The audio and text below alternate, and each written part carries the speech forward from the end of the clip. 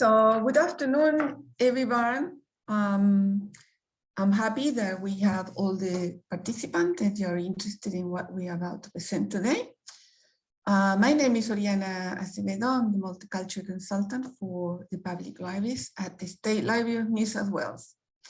Today we begin this session by acknowledging the Gadigal people, the traditional custodian of the land in which the State Library stands. We pay respect to Aboriginal elders, both past and present, and extend that respect to other First Nation people. We celebrate diversity of regional cultures and languages across New South Wales. So, welcome to the presentation of the research first language reading and the role of public libraries. It is with great pleasure, and we've been very fortunate to have the opportunity to work with Dr. Jane Garner. Dr. Jane Garner is an academic with the School of Information and Communication Studies at Charles Sturt University in Australia. Her research focuses on the role of libraries and the life of disadvantaged communities. Jane commenced an Australian Research Council Fellowship in 2022 that support and study into how public libraries can best support people experiencing homelessness. So without extra work, because we have to hear this research that is really important, I'll leave with you, Dr. Jane Garner. Thank you, Ariana. That's lovely. Hello, everybody. So yes, I'll be reporting today on a project that I undertook with the support of the State Library of New South Wales that looked at first language reading and the role of public libraries. Before I start, I should say that I'm in Melbourne, so I'd like to acknowledge that I'm on the country of the Wurundjeri people, and I pay respect to their elders past and present and emerging. And that's a photo taken just around the corner from my house, pardon me, of the Yarra River down in that runs through Collingwood and Abbotsford. So this project, we set out to look at to understand a couple of things. Firstly, the role of reading in a first language and the ability of public libraries to support that role. When we're talking about reading in the first language, we're talking about people who have emigrated to Australia from a different language culture. So they've picked up English as a second language. We're interested in finding out what's it like for them, how important is it for them to be able to read in their first language once they've come to Australia? What's that experience like? Is it important? How do they value it? How do they experience it? So to do that, we put together 4 research questions. The first one there is just looking at what's it like to read in your first language once you've come to Australia? How important is it to you? What is that experience like? Then we were interested in looking at, well, where are they actually getting this reading material from? Possibly the public library, but possibly lots of other places as well. Then we were looking at how aware are they of the resources that their public libraries can provide to them in languages other than English, and what barriers exist in that community accessing the materials that the public libraries have on offer for them. Oriana was fantastic and got me in touch with 12 people from 11 language groups. So I spoke to 12 fantastic people who were just so generous and with their time and happy to be spoken with about their experiences and really, really keen to share and really keen to help. They were fantastic people to work with. So I spoke to someone across each of these language groups plus these language groups as well. So a really good diversity of people and language groups represented. So the first thing I looked at was, what is this experience like? What does it mean to you to be able to read in your first language once you've come to live in Australia? And this was, I think, my favourite part of the research because the stories that came out and the warmth that people spoke with in regard to what it meant to them to be able to read in their first language while they were here in Australia. And there was all these beautiful stories about how it was, it took them back to when they were children, and it took them back to the sights and the sounds of their first country or their home country or their heritage country. All these stories about sitting on their mother's knee or feeling like they could be at home, truly at home, when they were reading in their first language. And people were using the sort of words they were using, like, this has literally saved my life. When I came to this country, I felt so dislocated from everything I left behind, and it was a huge transition for me. Being able to read in my first language was one way of staying afloat and staying connected to what I had lost. So it is an enormously important process and an enormously important opportunity for them to be able to read in their first language. So that was a really nice part of the research.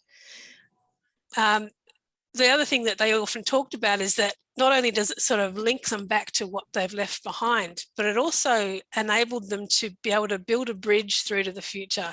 So they talked about when they read in their first language, they get transported back to their childhood and their friends and their family and the food and the smells and the places that they've been. But then it also enabled them to use those experiences to reach forward into their children's lives. By reading in their first language to their children, they felt they were keeping their culture alive, and they were able to build that bridge between their past and their children's lives, which is really important. Obviously, sort of maintaining your cultural heritage was, of course, very important to people when they come to our country. So being able to read in their first language and read to their children in first language was enormously important to them. So the next thing we looked at was, well, how are public libraries supporting this? We know now that this is a really, really important thing that people can do. How are public libraries going in meeting that need? And the findings were actually not that fantastic. So what they were saying is that we're often really too busy to get to the libraries because we're starting a new life here and we work really hard and we might have 3 or 4 jobs and we've got little kids and we've got so much stuff going on trying to build a new life for ourselves that going to the library isn't always possible. It means, like an hour on the bus, or it's just too hard. We don't do it. Then I said, well, how about things, ebooks, maybe you could read online? And they said, well, yeah, we could, but we really prefer to read in print. And that wasn't the experience of just older people. It was also younger people that I spoke to quite across a lot of age groups, and also particularly for people who wanted their kids to read in first language. They wanted them to have the book to hold in their hands. So then that made them reliant on the physical collections. They were having trouble with the catalogues. Anyone who was using an alphabet other than our Roman alphabet was having trouble with things like transliteration. So they might have a word in, say, Tamil that would be, when you say it out loud, if you sort of try and think of how you might spell that in English, and then you type that into the catalogue and see if you got anything. And a lot of people were telling me that they went through that process a lot, but if somebody had spelt it differently, still in English characters, then they wouldn't get the word that they were looking for. Mm. They were talking about some languages have the ability to have a catalogue, sort of like a skin across the catalogue that translates into another language, and we'll look at that towards the end of the presentation. But that was really useful for some people who were able to do that. The level of cataloguing was really interesting. They were saying that if you look at a book in English on a catalogue, you'll typically get information like fields filled in, the catalogue record, title and author and publication year and all that. And you get that in the foreign language materials, but they don't often get like a contents page or a summary or a synopsis in their language within the libraries, within the catalogue records. So they found that to be quite limiting in being able to use the catalogue to identify what that they might like to read. So because they were reliant or wished to read in print rather than in an ebook format, they were reliant on browsing on the shelves. So if they did have time, they come into a library, they want to look along the shelves and find what they could want to read. But because a lot of the collections aren't visible, they're in storage or they're in a central facility that then get posted out as people request them, that browsing is really compromises the capacity for choice or the opportunity to see the breadth of the collections that might be available to them. So that led to a lack of awareness of what was actually out there. So they thought that there really probably wasn't much material in their language, whereas there may well be, but just because they can't see it when they walk into the library, doesn't mean it's not there, just means that they can't see it. But if they can't see it, they can't use it. And the catalogues weren't helping, so they were really reliant on what they could see when they walked into the building. And then they were saying that the existing collections are not always what they were after. So quite a few people said that the existing LOTE collections were out of date, or they were quite restrictive in their focus. Some people wanted more sort of literary work, and they found that the things that were in their language were more sort of lowbrow, I suppose, fiction, rather than the sort of things that they were looking for. They were also looking for things like stories of home, things that their parents might have read to them, like local folklore, things that they may not even exist in their language in our country. And that was one of the things that was quite frequently said when people were trying to find things to read in their language, that they found it hard, even if they weren't using the libraries. They were finding it hard. There's no sort of foreign language bookshops weren't particularly helpful. Buying stuff online was enormously expensive and very, very slow, even if you could find what you wanted. So these comments weren't really a criticism of what the libraries were doing. It was just an observation that they couldn't always get their hands on what they wanted to read. So then I asked them what the ideas they had about how the public libraries could improve the way that they provide LOTE collections to the readers. And there was a really strong flavour of this idea of tapping into the community better, using people from the community to build, again, to work as a bridge between the libraries and the communities, to raise awareness, I suppose, of the collections that are there.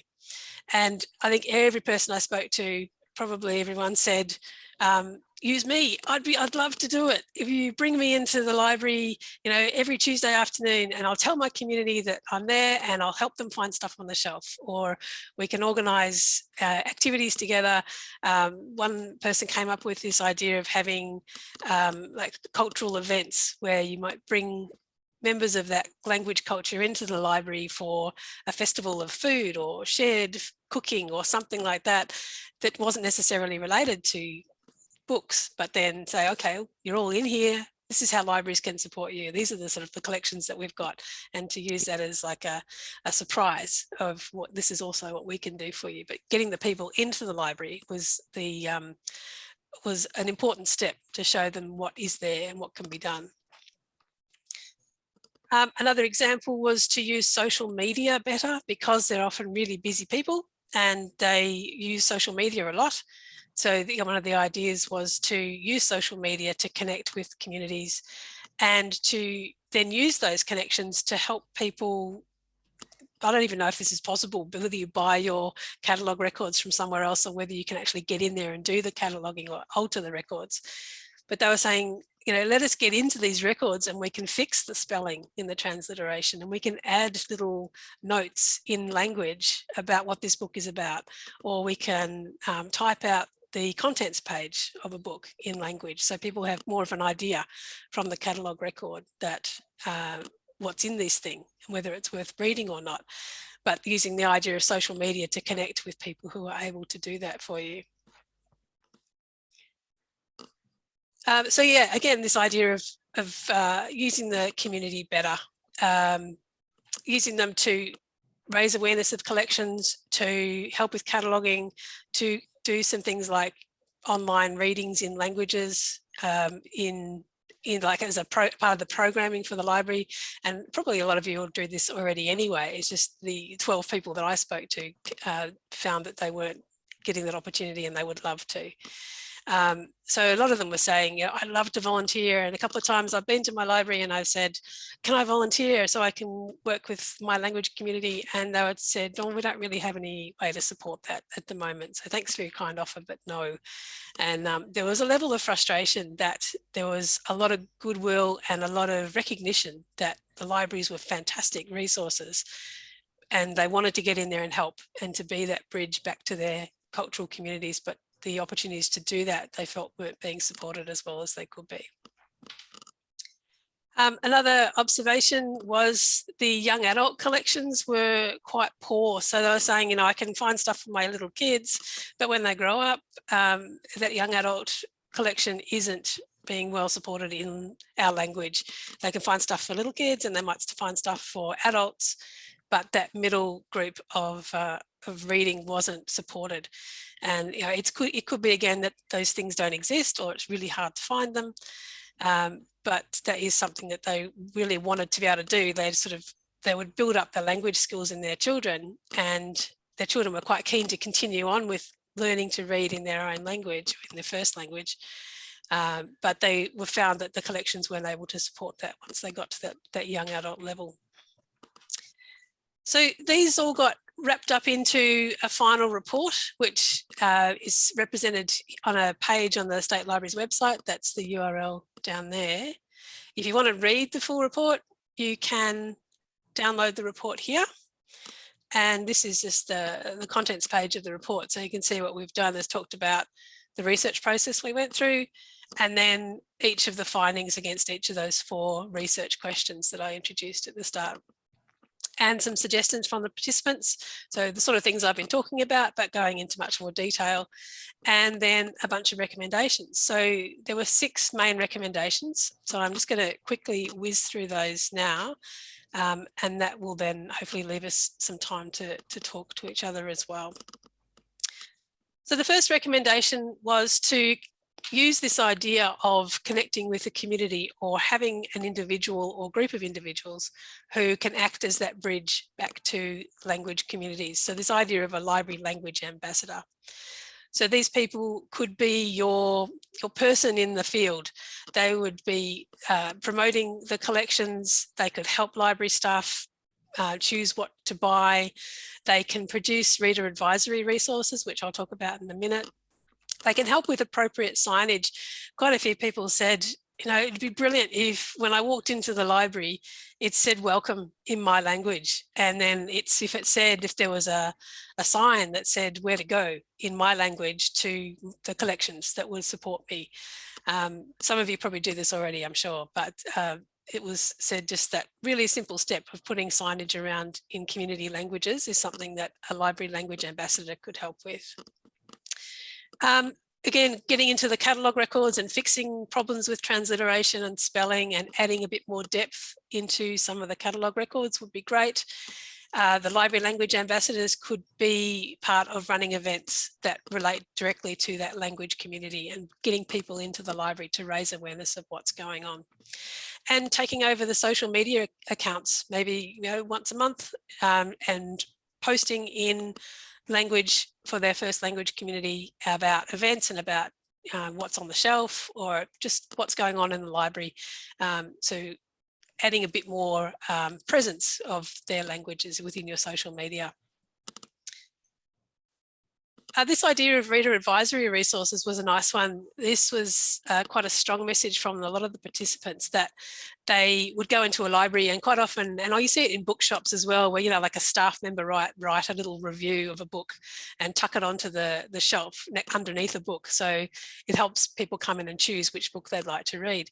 And they were saying how fantastic it would be if those were in their community languages within the community language collections that were on the shelf, because they often will come in and they might have just a few minutes to try and grab something. And if they had some way of learning about what's in the books in the same way that you would for an English language book, they found they could be really helpful. And again, the library language ambassadors could do that sort of thing. Library displays in language, of course, would be something that a reader advisory could do. They could help you produce that in the community languages. And as I said before, the signage within the space within community languages would be something that they would welcome. Another idea, which was really, I really like this one. This came from one of the participants who ran his own library in, I think it was Tamil, I can't remember, Tamil or Bengali, where his community really loved to read, and they weren't getting what they needed from the library, or the library was a long way away, I think. So what he was doing is he put his private collection into the local grocery store, and people were coming into this. It was like their food for their culture was in this store. And people were coming in and buying their food that they buy to make their traditional food. And at the same time, they'd borrow books from this collection. And they would say to the grocer, ask so-and-so if he's got this particular book, I'd love to read a bit more about that. And so the message would go back to him, and then he would make sure those books were available for that person. And so they were running this little circulation library through the grocery store with materials in his language, which was gorgeous. So the idea here is that little free libraries, I know they're a big thing in Melbourne. I'm not sure if they're a big thing in New South Wales or not, but there are things like this where people put boxes in their own private spaces. They're also at railway stations and other places, sort of public spaces like that. And people run them as little libraries, and people just come and take a book, leave a book. So the idea there would be to do that within your library building, so maybe in the foyer or out the front, but have them as one for each language that is represented in your community. And then the community could then run that themselves, or the library ambassador, language ambassador could also help run that. And they could put their own books in there, so books from the community, but also things that you're weeding from your LOTE collection, they could also be put through there. It's just another way of making it part of the library, but also slightly separate to the library, and allowing the communities to exchange reading materials that way. This idea of cultural celebrations was a nice one. I think a lot of libraries will do this anyway, bringing people in to have book festivals or read alouds or author talks, all in community language. So bringing people in to engage with the library and with ideas and with reading and each other, either through literary events, like the author readings, or, as I said before, sort of non-literary events like cultural festivals and that sort of thing, and have the library promoted at the same time through those spaces. And another idea, and I think this would probably run into copyright issues with this one, but the idea that one of the participants had was to get the community to create content and let the library host that content. So whether it be podcasts in their own language, or one of the ideas that this person had was that he would read a book in his language out loud and record it, and then the library could then broadcast that as a read aloud. So I'm not sure how the copyright would work with that one. But he was, one of the other participants was also saying that she wrote stories for her own children in her language because she couldn't find what she wanted in published books. So she would quite frequently write short stories in language for her kids. So you could capture that sort of content as well and make that available through some sort of library portal or some other mechanism to bring that out to the rest of the community. So there's a lot of stuff sort of going on there. If you could find some way of capturing it and then making the library the place where people come to access that, then that could be something that would work nicely. The other thing that some of the people I spoke to talked about this service, which I actually hadn't heard of before, that I don't even know how to say it, iBIMS, I suppose. This is like a skin that sits over the top of some catalogues. And I know some public libraries in New South Wales use this, where it changes the interface to, at the moment, it can change to Chinese, Japanese, Korean, Vietnamese, and Greek. And it literally translates so it does this. So you get the characters of the other language. I think it's underneath the English. And so if you've got that running and you've got a keyboard that's got your own characters on it, this is for non-Roman scripts, of course, then it allows you to type in your language and to interrogate the catalogue through this iBIMS software, which then obviously must translate it into English, I suppose, and then goes and interrogates the catalogue and then brings it back out in language. So that is, if that could be utilised more frequently, that could help certainly those language groups. Maybe there's other software that does it for other languages as well. I don't know, but it's something that's worth considering if you're not already using it. So that's basically the research that we came up with. Oriana and I will be talking about it at the ALIA conference in May this year coming up. So if you are there, drop by and hear it in a bit more detail, or share your thoughts with the rest of the participants, that'd be fantastic. And finally, one of the things I did when I was talking to the participants was I got them each to teach me how to say thank you in their language, which was a really lovely learning experience for me, and gave them an opportunity to share and help me learn. So that was fantastic. So I'm passing it back to you. Thank you very much for listening, and I hope we've got some opportunity to hear about what you guys are thinking, but also Oriana has some things that she'd like to add in as well. So I'm going to stop sharing, Oriana. Okay. Well, it's been a very interesting outcomes from the research, and many of you will have the opportunity to go back and be inspired by the participant in the research has said. In some cases might be easier. What actually, I think my point is, number one, we always say public libraries offer community programs and collections in languages. And we always say it's important, but this is the first opportunity that we have to have a current research that explain why is that important. And also, what I hear as an outcome of the research, out of all the suggestions from the participants, is number one, somehow we have lost a strong link with the communities over the years. I just want to say that I've been working in this environment for about 20 years. At some point, maybe 15 years ago, 10 years ago, it was very strong that a person in the library will be strongly connected with the local community. So it seems like this been disappearing. Perhaps it's the way how we now work, or the structure on how we work in public libraries. Also here, lack of awareness, because as Jane was saying, I'm pretty sure that you do all these things, or many libraries are doing it. I know, I agree with her.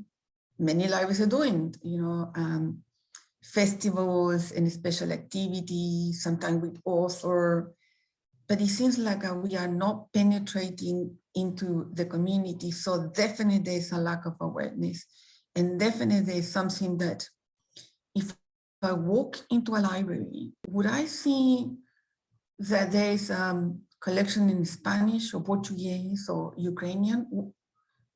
Would I be able to see that? In my experience as a visiting libraries, I would say this is stage, not frequently, so there's something that we need to think about it. Also, this research made me think about, when I start reading what people said about the connection with the language, what it means to me. And I thought, this is the first time that I think about it.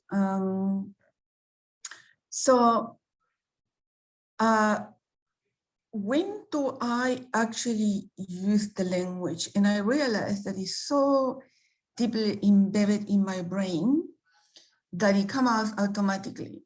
So sometimes I've been talking to someone really committed into the conversation, but somebody in the room has spoken in Spanish, and my brain automatically has switched into Spanish, and I continue talking in Spanish while my colleague will say, "¿Qué? What's happening?" And only then I realized that I shift into the language. I'm also a very grateful person.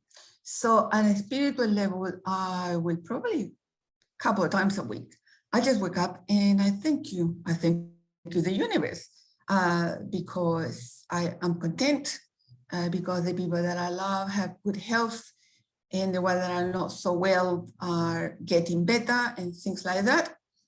And I'm thinking, what language do I use? It's actually Spanish. So it's really, like Jane said, very attached to my soul. It's there, it's a very spiritual thing. And then there's the funny bit.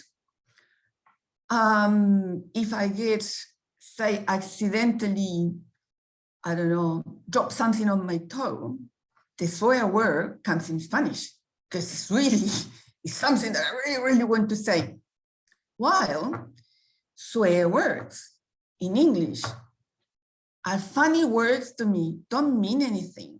If I really want to be offensive, probably my sentence will be kind of very academic to be actually offensive, but I will not wear a swear word because it doesn't mean anything to me. And in Spanish, I do not swear because that's wrong. That nearly sinful, I cannot do that.